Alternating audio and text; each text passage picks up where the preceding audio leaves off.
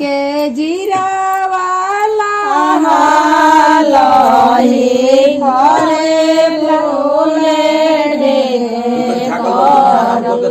ताही तारा खाड़ा भैली कृष्णा पूरा देवा के मनावे जनी देवा जनी गरी जनी देवा बरी संग हमारा ही भैया के जगी हो भती जागे जाने रे हमारा ही भैया के जगी हो भती जागे जाने ताही तारा खाड़ा भैली सीता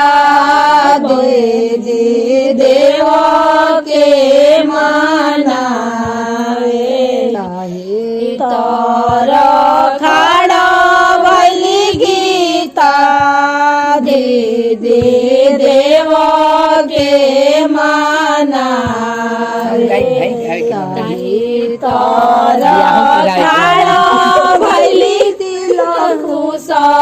बहिना देवा के माना जनी देवा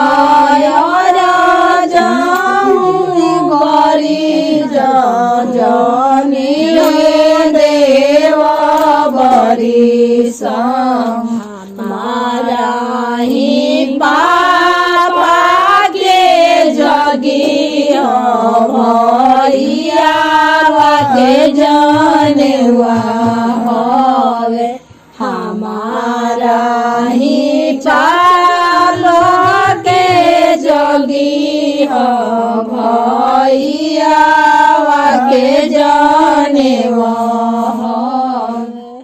प्रणाम और धन्यवाद ई वीडियो देखला खातिर।